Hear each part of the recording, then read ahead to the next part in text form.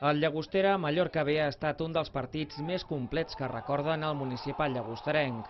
No només per la capacitat golejadora de l'equip que va aixecar amb 4 gols un 0-1 en contra, sinó perquè dos de les dianes van arribar així, en jugada assajada. L'estratègia aquest any ens està donant molts punts i jo crec que en aquesta categoria és molt important. I en certa manera perquè el laboratori funciona. Cada dia ens munta com la treballa l'equip contrari i bueno, ens està sortint molt bé. Si Enric Pi admet que les coses surten segons el previst és en certa manera perquè el Llagostera està passant pel millor moment de la seva història.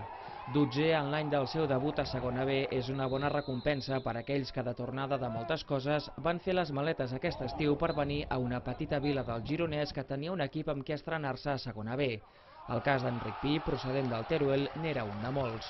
Tenia ganes de tornar a casa, que he estat molts anys fora i després de 2 anys de passar molt fred, no? Però bueno, estic molt content d'estar aquí a Llagostera, el míster m'està donant confiança, m'està donant minuts i bueno, ho estic intentant agrair amb treball i espero que més gols.